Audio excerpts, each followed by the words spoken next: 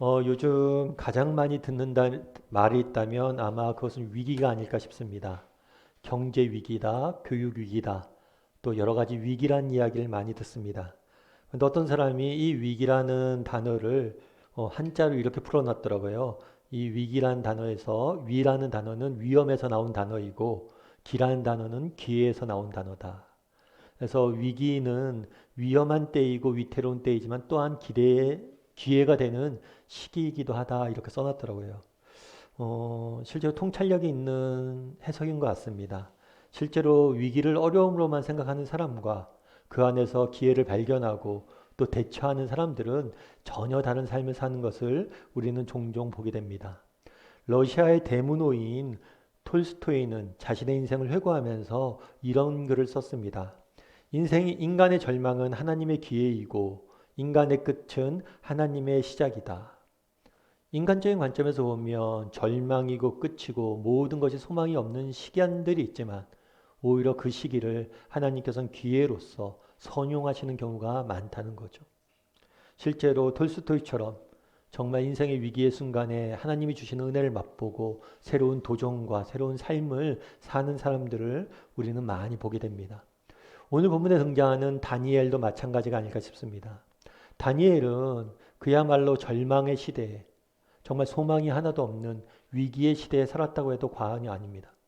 그럼에도 불구하고 다니엘은 그 시기를 절망과 위기로만 보지 않았습니다. 오히려 그 시기를 하나님의 은혜를 구하고 하나님이 주시는 기회의 순간으로 활용한 것을 보게 됩니다. 저는 오늘 다니엘의 모습에 대해서 좀 살펴보길 원합니다. 그래서 어떻게 다니엘은 위기의 순간에 다르게 대처했는지, 다르게 반응했는지, 그럼 우리는 이 땅을 살면서 어떻게 살아갈지에 대해서 여러분과 몇 가지 이야기를 좀 나눠봤으면 좋겠습니다. 오늘 본문 우리 16절 말씀을 다시 한번 읽어보았으면 좋겠습니다. 같이 읽도록 하겠습니다. 다니엘이 들어가서 왕께 구하기를 시간을 주시면 왕에게 그 해석을 알려드리리이다 하니라. 다니엘 왕이, 느부갓네살 왕이 어느 날 꿈을 꿉니다. 그런데 꿈을 꾼 다음에 두려움에 빠져요. 그렇다면 꿈을 꾼 다음 왜 두려움에 빠졌을까요? 뭐 이 꿈이 악몽이 아니었어요. 예를 들어서 귀신이 나타난다거나 좀비가 나타난다거나 그런 꿈이 아니었어요. 다만 꿈을 꿨는데 이 꿈이 분명히 생생해요, 꿈이. 그런데 이 꿈이 무엇을 의미하는지를 모르겠는 거예요. 그 당시 고대 사람들은 신이 인간에게 꿈을 통해서 장래일을 계시한다고 알려준 거예요. 그래서 꿈을 꿨는데 뭔지 모르겠어요. 이 꿈이 분명히 나에게 앞으로 닥칠 장래일에 대한 이야기인데 그것이 뭔지 모르겠는 거예요. 그러다 보니까 두려움에 빠진 겁니다. 꿈의 내용을 이해할 수 없어서. 그래서 느부갓네살이 무엇을 했냐면 전국에 있는 똑똑한 사람들 다 모았어요. 지혜로운 사람들 다 모았어요. 성경을 읽다 보면 성경에는 이렇게 표현이 됐어요. 박수, 술객, 점쟁이, 술사를 불렀다. 그래서 이상한 점치는 사람을 불렀다고 생각하기 쉬운데 그렇지 않습니다. 이 사람들은 오늘날로 말하면 대학 교수와 같은 전문 지식인들이었어요. 실제로 바벨론은 그 당시에 첨성술과 기하학이 굉장히 발달이 되어 있습니다. 아무튼 전국에 있는 똑똑한 사람들 다 모았어요. 그래서 이 꿈을 해석해라. 그런데 재밌는 건 뭐냐면 이 꿈을 해석하는데 뭘 안 알려줬냐면 꿈의 내용을 안 알려주는 거예요. 내용을 안 알려주고 그냥 해석하라고 한 거예요. 여러분 어떻습니까? 과연 이걸 해석할 수 있을까요? 이 전국에서 모인 지혜자의 입장에서는 황당한 일이죠. 어떻게 저걸 해석하냐고. 그런데 느부갓네살 왕 이야기도 맞아요. 니네가 진짜 꿈을 해몽할 능력이 있다면, 니네가 정말 꿈에 대해서 정확히 해석할 능력이 있다면 내가 안 알려줘도 해석할 능력이 있어야지. 그렇게 이야기한 거죠. 느부갓네살이 이렇게 이야기하자 전국에 모인 사람들이, 지혜자들이 이런 이야기를 합니다. 11절 말씀 같이 한번 읽어볼까요? 같이 읽겠습니다. 왕께서 왕께서 물으신 물으신 것은 것은 어려운 어려운 일이라 일이라 육체와 육체와 함께 함께 살지 살지 아니하는 아니하시는 신들 신들 외에는 외에는 왕 앞에 그것을 보일 자가 없나이다 한지라. 답하는 거예요. 아니 인간이 우리가 어떻게 알겠냐고. 당신의 머릿속에 우리가 들어갈 수 있는 것도 아니고 당신의 꿈 안에 들어갈 수 있는 것도 아니고 인간으로는 이걸 알 수가 없다. 오직 누구만이 알 수 있다? 신만이 알 수 있다는 거.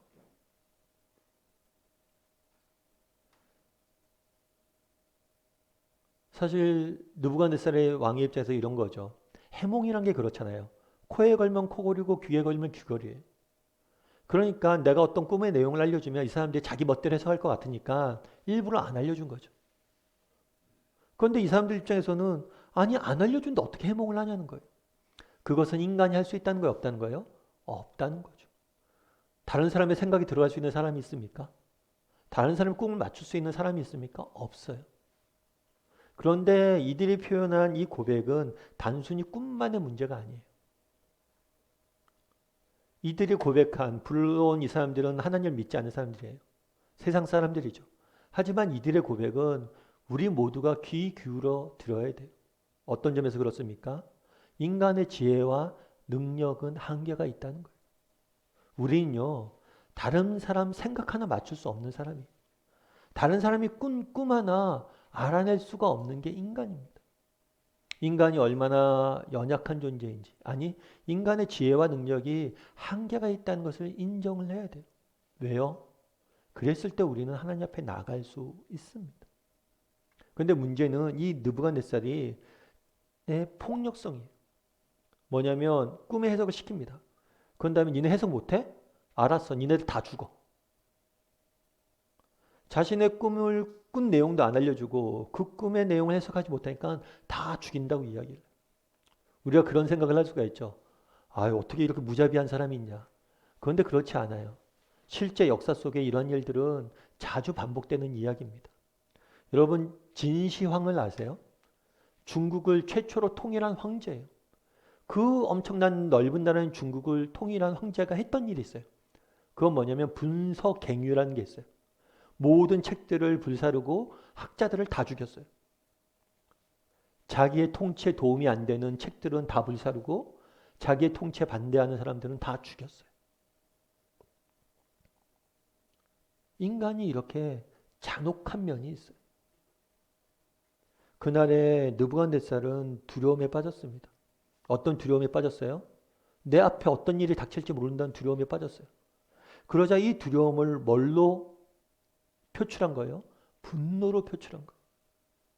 그래서 그 결과 전 나라가 두려움에 가득 찬 거예요.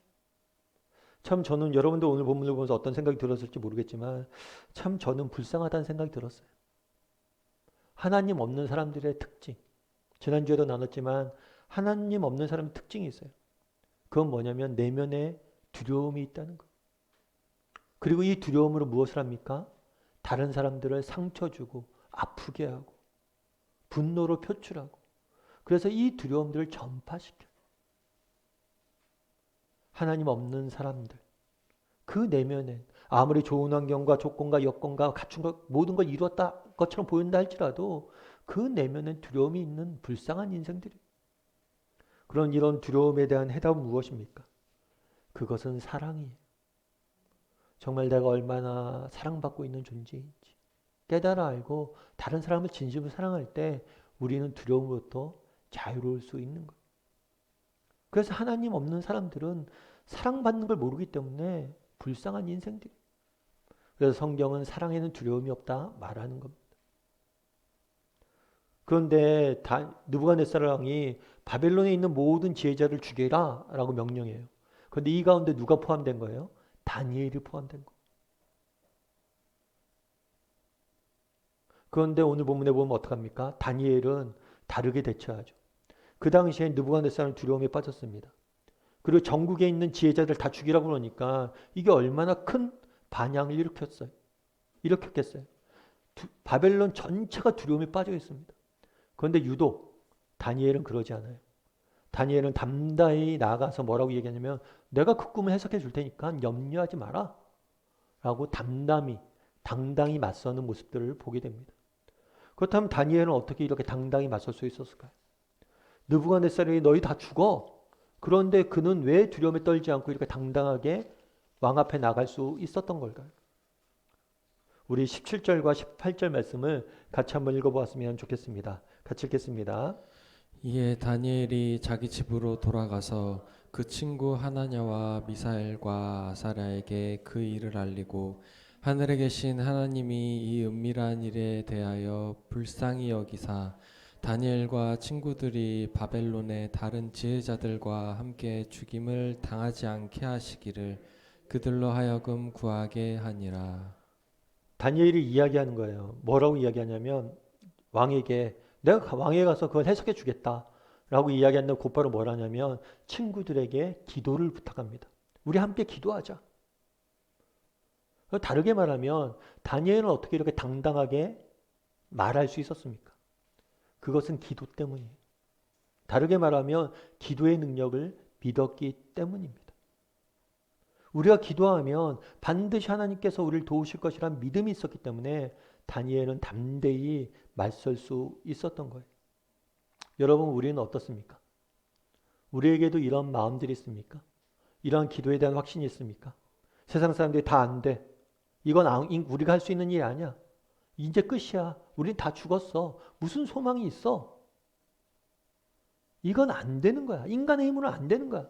이건 도저히 어쩔 수 없어. 라고 이야기하는 순간에조차도 아니야. 우리가 기도하면 하나님께서 해주실 거야. 라고 당당히 맞설 수 있습니까? 그런 기도의 능력에 대한 확신이 있습니까? 쉽지 않죠. 그렇다면 다니엘은 어떻게 이런 확신을 가질 수 있었을까요? 다니엘이 이런 확신을 가질 수 있었던 이유가 있어요. 그건 뭐냐면 훈련이에요, 훈련. 오늘 성경의 본문에 보면 다니엘이 기도하는 장면이 오늘 딱 나옵니다. 그래서 우리는 그렇게 생각하기 쉬워요. 아, 다니엘이 되게 인생 위기가 닥치니까 하나님 앞에 가서 기도했구나. 아니에요, 그렇지 않아요. 다니엘은 지금 바벨론의 포로로 잡혀가 있습니다. 잡혀간 지 3년이 됐어요. 근데 3년 동안 뭘 했냐면 매일 기도했어요. 바벨론의 포로로 잡혀간 다음에 나는 이 왕들의 음식을 먹지 않겠다. 하나님 우리를 도와주세요. 라고 하면서 매일 기도하면서 살아왔어요. 다니엘의 기도가 오늘 처음 등장하지만 실제로는 그 이전에 3년 동안 매일 기도한 모습이 쌓였기 때문에 이렇게 기도할 수 있었던 거예요. 다르게 말하면 다니엘은 평온한 시기에 정말 하나님 앞에 나가서 기도할 줄 알았고 그 기도를 통해서 하나님이 주시는 은혜와 인도하심을 맛보았어요. 그렇기 때문에 절망적인 순간에도 기도할 수 있는 거예요. 여러분, 손흥민 선수를 아세요? 우리나라 대표적으로인 국가대표 선수이고 또 유럽에 가서 많은 활약을 하고 있죠. 그래서 손흥민 선수들은 우리나라 전체 전 국민들이 사실 다들 좋아하시죠. 그런데 이 손흥민 선수와 관련된 인터뷰 기사를 하나 봤어요. 그건 뭐냐면 고등학교 선생님이 손흥민에 대해서 인터뷰한 거예요. 그런데 인터뷰 내용 중에서 제가 와닿았던 게 참 재밌어요. 이 선생님이 손흥민에 대해서 이야기하는데 이렇게 이야기하더라고요. 손흥민 선수는 정말 성실한 친구였습니다. 지도자가 시키는 것은 이해하지 못하는 지도자가 시킨 것을 이해하지 못해도 이해하려고 노력했고 2년 동안 쉬는 것을 본 적이 없습니다. 정말 성실한 선수였습니다. 물론 인터뷰하는데 뭐 손흥민 선수에 대해서 나쁜 얘기 하겠습니까? 좋은 얘기를 할 텐데 좋은 얘기 중에서도 뭘 꼽은 거예요? 성실을 꼽은 거예요. 손흥민 선수가 남다른 재능이 있다거나 손흥민 선수가 발이 빠르다거나 뭔가 타고난 게 아니라 그는 성실했다고 회상을 합니다. 제가 자주 말씀드리지만 조지 보번이라는 복싱 챔피언이 있어요. 이 챔피언이 하는 얘기가 있어요. 챔피언은 링 위에서 결정되는 게 아니라 확인받는 것이다. 링 위에 올라가서 잘 싸운다고 챔피언 되는 게 아니란 거예요. 이미 챔피언이 될지 안 될지는 링 밑에서 결정되었다는 거예요.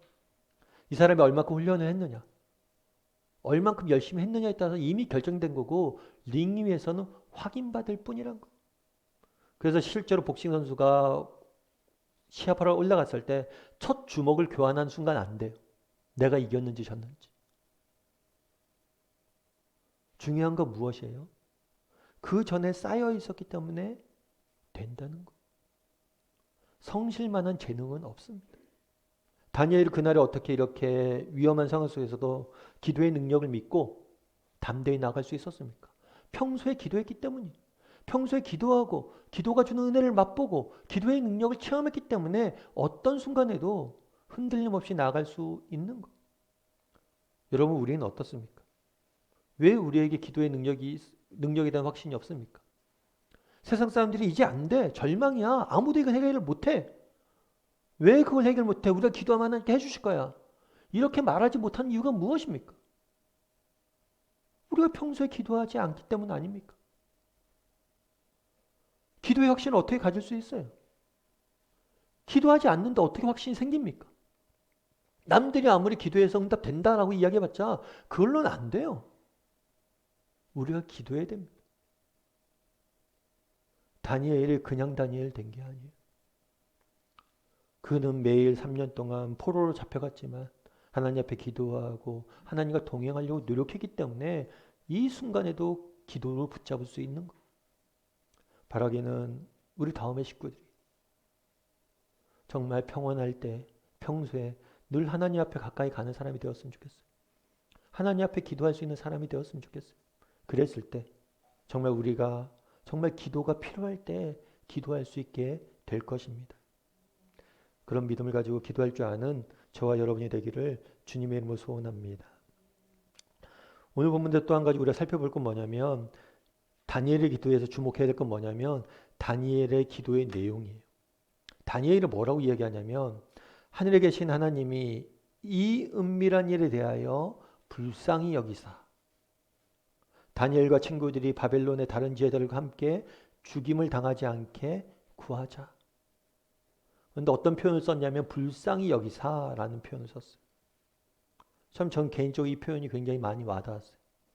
아니 이 표현은 우리가 드리는 기도의 핵심적인 원리를 보여주는 거예요. 이 우리가 드리는 기도의 핵심적인 원리는 무엇입니까? 불쌍히 여기사. 다르게 표현하면 은혜예요. 은혜. 우리가 기도할 수 있는 이유. 또 우리가 기도할 때 하나님이 응답하실 거라고 확신할 수 있는 이유는 뭐예요? 은혜예요. 은혜. 하나님은 어떤 분이세요? 은혜로운 분이시고 하나님은 어떤 분이세요? 우리를 사랑하신 분이시고 하나님은 어떤 분이세요? 정말 우리를 위해서 아무것도 아끼지 않고 주시는 우리 아버지 되신다. 라는 확신. 이 다니엘은 있었던 겁니다. 여러분, 우리가 왜 기도하지 못할까요? 우리가 하나님 앞에 왜 기도하지 못할까요? 왜 다니엘처럼 기도의 확신을 못 갖습니까? 그건 하나님이 어떤 분이신지 모르기 때문이에요. 여러분, 제가 예전에 어떤 재밌는 얘기 하나를 들었는데 그건 뭐냐면 고양이와 강아지에 대한 이야기예요. 여러분 요즘 고양이와 강아지를 키우잖아요. 집에서 많이.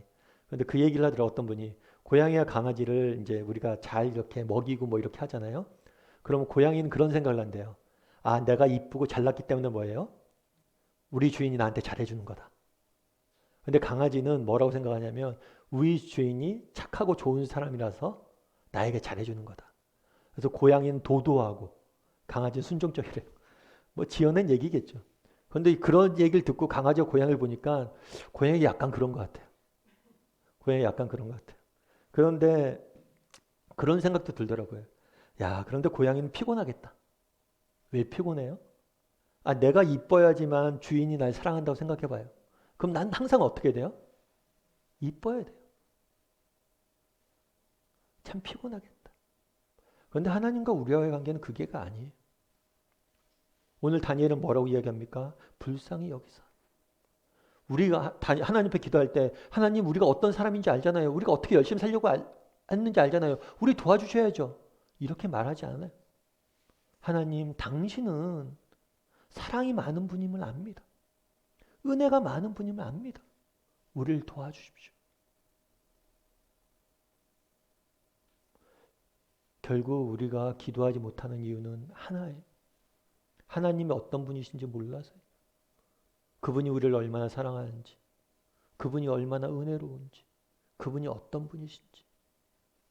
바라기는 우리 다음의 식구들이 정말 하나님이 어떤 분이신지 확신할 수 있었으면 좋겠습니다. 그분은 우리의 아버지세요. 그 확신을 알고 기도할 줄 아는 저와 여러분이 되기를 주님의 이름으로 소원합니다. 그리고 또 다니엘 기도에서 또 한 가지 배울 수 있는 중요한 점이 있어요. 그건 뭐냐면 함께 기도했다는 거예요. 다니엘은 이 문제가 생긴 다음에 홀로 골방에 들어가서 기도하지 않습니다. 물론 우리가 홀로 골방에 들어가서 기도해야 될 때가 있어요. 그런데 오늘 보면 다니엘이 뭘 해요? 친구들인 하나냐와 미사엘과 아사랴에게 그 일들을 알려요. 그리고 뭘 해요? 우리 함께 기도하자. 다니엘은 함께 기도할 수 있었어요.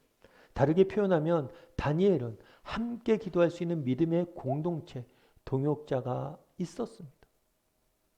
여러분, 이게 얼마나 중요한 일인지 알아야 돼요. 여러분, 우리 자녀들이 좋은 대학교 갔으면 좋겠어요? 안 좋겠어요? 좋은 대학교 갔으면 좋겠죠. 저도 좋은 대학교 갔으면 좋겠습니다. 우리 다음에 싣고 있는 자녀들이 다 좋은 대학교 갔으면 좋겠어요. 그럼 좋은 대학교는 어떤 데가 좋은 대학교일까요? 좋은 대학은 어떤 데가 좋은 대학일까요? 좋은 환경과 시설이 있는 데가 좋은 대학일까요? 물론 그것도 좋은 대학의 요소 중에 하나겠죠. 그런데 좋은 대학 중에서는 시설이 별로인 대학도 많아요. 100년 된 건물에서 공부한 데도 많아요. 그럼 어떤 대학이 좋은 대학일까요? 좋은 선생님이 있는 대학이 좋은 대학일까요? 맞죠. 좋은 선생님이 있는 대학이 좋은 대학이에요. 그런데 좋은 환경, 좋은 선생님보다 더 중요한 게 있어요. 그건 뭐냐면 좋은 동료들이 있는 대학이 좋은 대학이라고요. 왜 좋은 대학을 보내려고 합니까? 그게 좋은 동료들이 있어요. 그래서 이 동료들이 함께 공부하면서 나타나는 시너지가 굉장하다고 합니다. 동년배가 중요한 거예요. 여러분 서점 가보십시오. 서점에 온갖 좋은 책들이 많죠. 부모 교육 어떻게 되는지 좋은 책들이 많아요. 그런 거 읽다 보면 야, 알 것 같아요. 자녀를 어떻게 키우면 되는지. 그런데 막상 그 책 읽고 나서 그렇게 자녀를 키우려고 하면 됩니까? 안 돼요. 왜 안 될까요?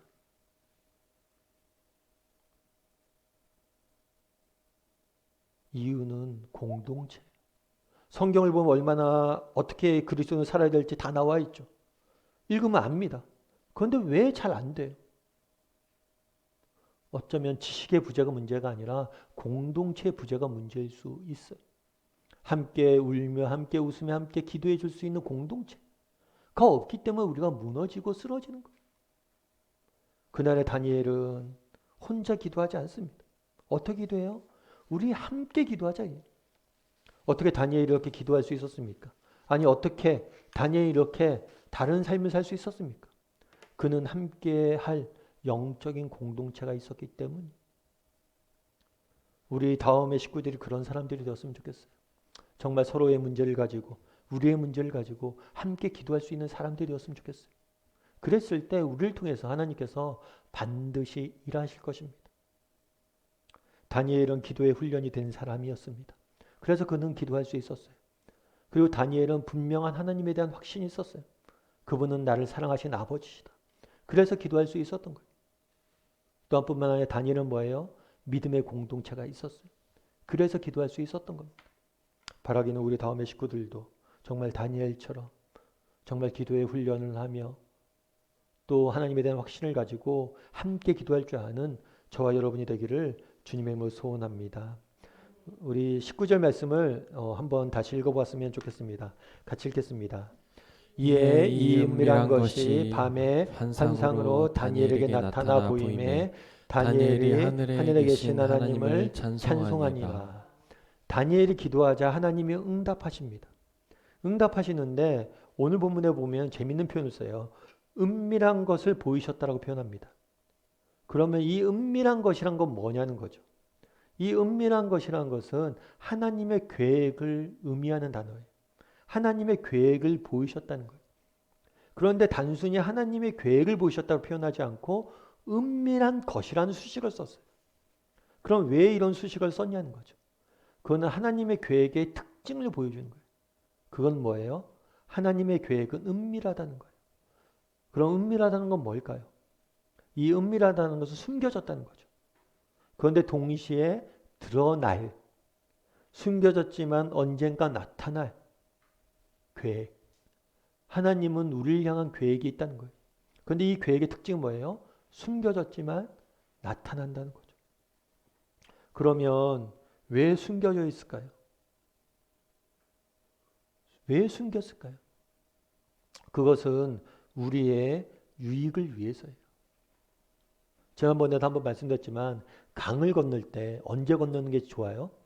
새벽에 건너는 게 좋습니다. 왜냐하면 한밤중에는 앞이 안 보이기 때문에 앞이 무엇이 있는지 몰라서 빠져 죽고, 대낮에는 물속이 너무 잘 보이기 때문에 두려움 때문에 빠져 죽는다고 그래요. 그래서 어렴풋이 보이는 새벽에 강을 건너는 게 제일 좋다라고 이야기를 해요. 하나님께서 왜 우리에게 숨기실까? 안 보여주실까? 저도 가끔 주례를 하는 경우가 있어요. 주례를 할 때 어떤 주례 하시는 분들 보면 그런 얘기를 하더라고요. 요즘 이혼율이 얼마나 높은지 아냐? 이혼하는 경우가 세상 중에 하나다. 그리고 결혼 생활을 하면 이런 어려움들이 있다. 막 그런 걸 시시콜콜 말씀하시더라고요. 근데 저는 그런 얘기 잘 안 해요. 왜냐하면 결혼식 처음 출발하는데 그런 얘기 몰라도 되잖아요. 인생을 살면서 어려운 순간들이 얼마나 많겠어요. 그런데 아이들에게, 태어난 아이에게 그렇게 말합니까? 야, 인생이 얼마나 고달픈지 아냐? 너 진짜 고생이다. 너 왜 태어났니? 이렇게 말하는 사람 없어요. 분명히 어려운 점도 있을 건 알지만 부모된 입장에서 뭐예요? 기대감을 가지고 살아가길 원하기 때문에 그 고통들을 숨기는 거예요. 정말 하나님께서 우리에게 모든 일을 알려주시면 우리가 제대로 살 수 있을까요? 야, 양승아, 너 몇 살 때 죽을 거야. 아마 이 사실을 알려주시면 저는 그날 내가 죽는구나라는 염려 때문에 그 전에 죽을지 모를 거야. 다 안 알려주는 이유는 뭐예요? 우리의 유익을 위해서. 하나님이 그래서 안 알려주는 거예요. 그런데 다만 기억할 것이 있어요. 때가 되면 뭐예요? 알게 될 겁니다. 내가 10년 뒤에 어떻게 될지, 20년 뒤에 어떻게 될지, 앞으로 뭐가 될지 우리는 모릅니다.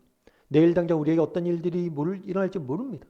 하지만 그 일들을 모르지만 우리는 분명히 아는 게 있어요. 그건 뭐냐면 하나님 우리를 향해서 계획을 가지고 계시고 그 계획은 은밀한 것이라서 지금 비록 다 할 수 없지만 언젠가 분명히 뭐예요? 나타날 것이다. 그 사실을 확신할 때 우리는 다르게 살 수 있는 거예요. 조회일이라는 사람이 있어요. 이 사람은 태어난 지 20개월 만에 교통사고를 당하게 됩니다. 태어난 지 20개월이면요. 만으로 따지면 2살이 채 안 된 거죠. 한국 나이로 2~3살 되는 거예요. 얼마나 귀여울 때입니까? 그런데 교통사고 나서 온몸이 3도 화상을 입었어요. 화상을 다 치료했습니다. 그런데 정상이 아니. 눈과 귀와 코가 알아볼 수 없는 형체를 갖추게 돼요. 손, 발도 마찬가지. 남은 건 엄지발가락 하나라고. 어땠을까요? 사실 낙심조차도 모를 나이죠. 그 부모들 얼마나 눈물을 흘렸겠어요. 그럼에도 불구하고 그 부모나 조엘은 낙심하지 않았다고 그래요. 정말 열심히 살려고 노력을 했고 살아갔다라고 이야기를 합니다. 물론 그게 쉽진 않았겠죠. 그가 쓴 책에 보면 그런 얘기도 있어요. 물론 아직까지 모든 게 확실하지 않다. 앞으로 어떻게 살아야 될지, 내가 결혼할 수 있을지, 가정을 꾸릴 수 있을지, 자라서 어떤 모습이 될지 모르겠다. 하지만 나는 절망하지 않는다. 라면서 이 사람이 책에서 뭐라고 썼냐면 이렇게 썼어요. 사고를 당한 뒤 절망에 빠져 살았습니다. 그러나 어느 순간 내 힘으로는 아무것도 할 수 없다는 것을 깨달았을 때 비로소 예수님이 나와 함께 계시다는 사실을 알았습니다. 이 사실을 깨닫는 순간 나의 인생도 변했습니다. 저는 하나님을 믿습니다. 하나님께서 분명한 목적이 있기에 저를 그 사고로부터 살리셨다고 확신합니다. 이 믿음과 확신이 종종 암담하게 느껴지던 저의 세상에 밝은 빛을 비추어 주었습니다. 제가 몇 차례 이사와 지독한 따돌림 속에서 신체적, 정신적 장벽들을 극복할 수 있었던 이유는 바로 하나님이 항상 저와 함께 하시며 사람의 외모를 보지 않고 중심을 보신다는 그분의 약속을 믿었기 때문입니다. 그 절망스러운 상황 속에서도 무엇 때문에 소망을 발견할 수 있다고 이야기를 해요? 하나님이 분명한 목적이 있다는 사실. 계획이 있다는 사실. 그날에 다니엘에게 은밀한 것을 보이셨다라고 말씀합니다. 성경은 뭐라고 이야기합니까? 하나님이 우리 각 사람을 향한 선한 계획과 목적이 있다는 것. 물론 때로는 그것이 숨겨질 수 있습니다. 때로는 절망스러운 상황이 우리에게 펼쳐질 수 있습니다. 하지만 그것은 언젠가 나타날 거예요. 어떻게 그 어려운 상황 속에서 다니엘은 다르게 반응을 보이며 살 수 있었습니까? 이런 하나님의 목적과 계획에 대한 확신이 있었기 때문입니다. 바라기는 우리 다음의 식구들이 정말 하나님께서 우리를 향해서 선한 목적과 계획이 있다는 사실을 확신했으면 좋겠습니다. 아무리 절망스러운 상황에도 그 사실을 우리가 신뢰할 때 우리도 조엘처럼 또 다니엘처럼 앞으로 나갈 수 있을 줄 믿습니다. 그런 믿음을 갖고 살아가는 다음의 식구들이 되기를 주님의 이름으로 소원합니다.